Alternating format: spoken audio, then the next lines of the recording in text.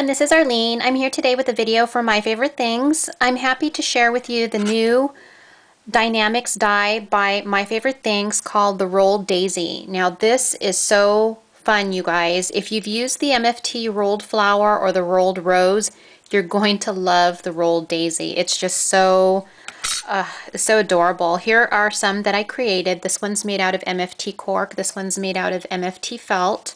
This one's also MFT felt here, and I just put little pearls in the center. Here's another one that is also made out of MFT cork. Now I've already created some and incorporated them into a project that I'll be sharing during teasers later this week and over the weekend. I can't share my whole project with you guys because it has some items on here from the release, but I wanted to show you how the flowers look on the cover on the bottom here. I just love the MFT rolled daisy. It's so adorable, so pretty, and just love the dimension. If you guys can see all the dimension on that, it's awesome. So let me show you how to put together the rolled daisy. It's actually pretty easy, and it's the same concept when you put together the rolled rose as well as the rolled flower. Now, I don't have a quilling tool, but it'll probably be a good idea to use a quilling tool. I like to use the back end of a thin paintbrush. Okay, so just a really small paintbrush.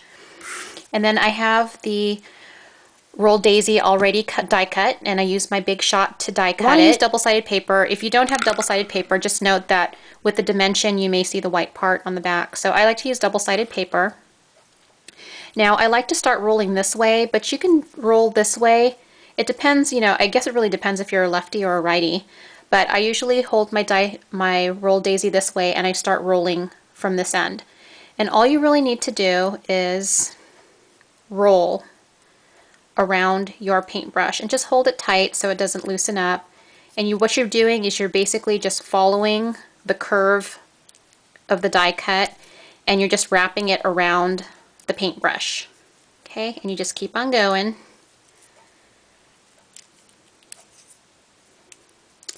And once you get to the end, now let me explain this. You'll have this little circle at the end. This is the base of your flower, and this is where you're going to adhere the flower together. So you want to make sure you leave a little space there for that. Now I'm just going to pull back on my paintbrush so I can take it out like so. Okay, now that really doesn't look like much of a daisy, but what I'm going to do is I'm going to turn it to the right, or I'm sorry, to the left just a little bit, and that's going to loosen up the petals just a little. I don't want it to be too tight because then I won't have much dimension, or the flower is just going to be pretty stiff. I want it to look alive, so. Okay, so I'm going to go ahead and adhere it down right about there. So I'm just going to turn it around. I'm going to lift up this little circle, and I'm going to put in some hot glue. Now you can use other types of adhesive like Glossy Accents or Scotch Quick Dry or whatever adhesive you normally use. I like to use a glue gun, hot glue gun, because as I've mentioned before in my videos, I don't have patience. So, and the hot glue dries pretty fast. And I don't burn myself. A lot of people are worried they'll burn themselves, but you just got to be really careful. Okay, so that's pretty much done. I'm just pushing down on the base. Now, what you want to do, okay, so it's pretty much done, is you just want to kind of play with the petals just a little bit to curl them outward. Okay, just pull them out. Now you can use your, and I've done this with thin chipboard. I have another flower here, rolled daisy here, that I did, I cut this out with thin chipboard, and then I used my fine tip tweezers right here, and I actually used these to curl, and I'll show you guys in a second here. So let's just push down on these petals a little bit, and just be careful, don't be too rough because you might tear the paper. So just gently pushing it down a little bit, just trying to open up the flower.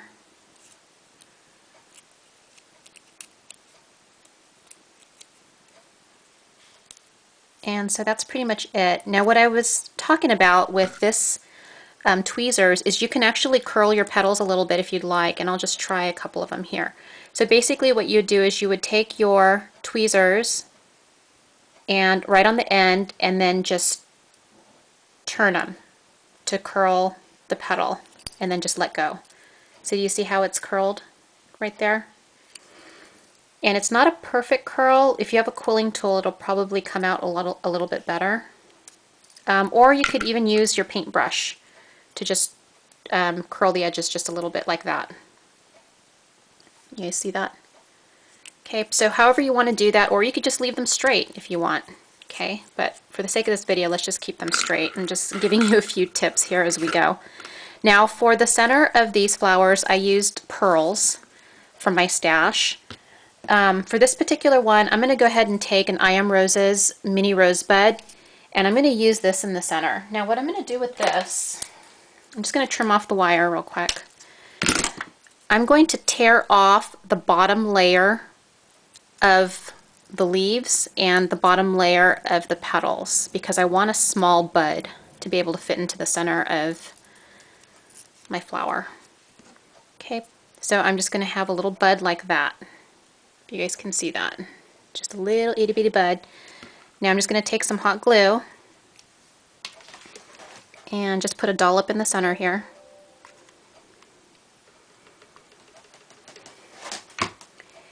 And I'm just going to push this little bud into the center. Okay, so that's it. There's the center of my flower.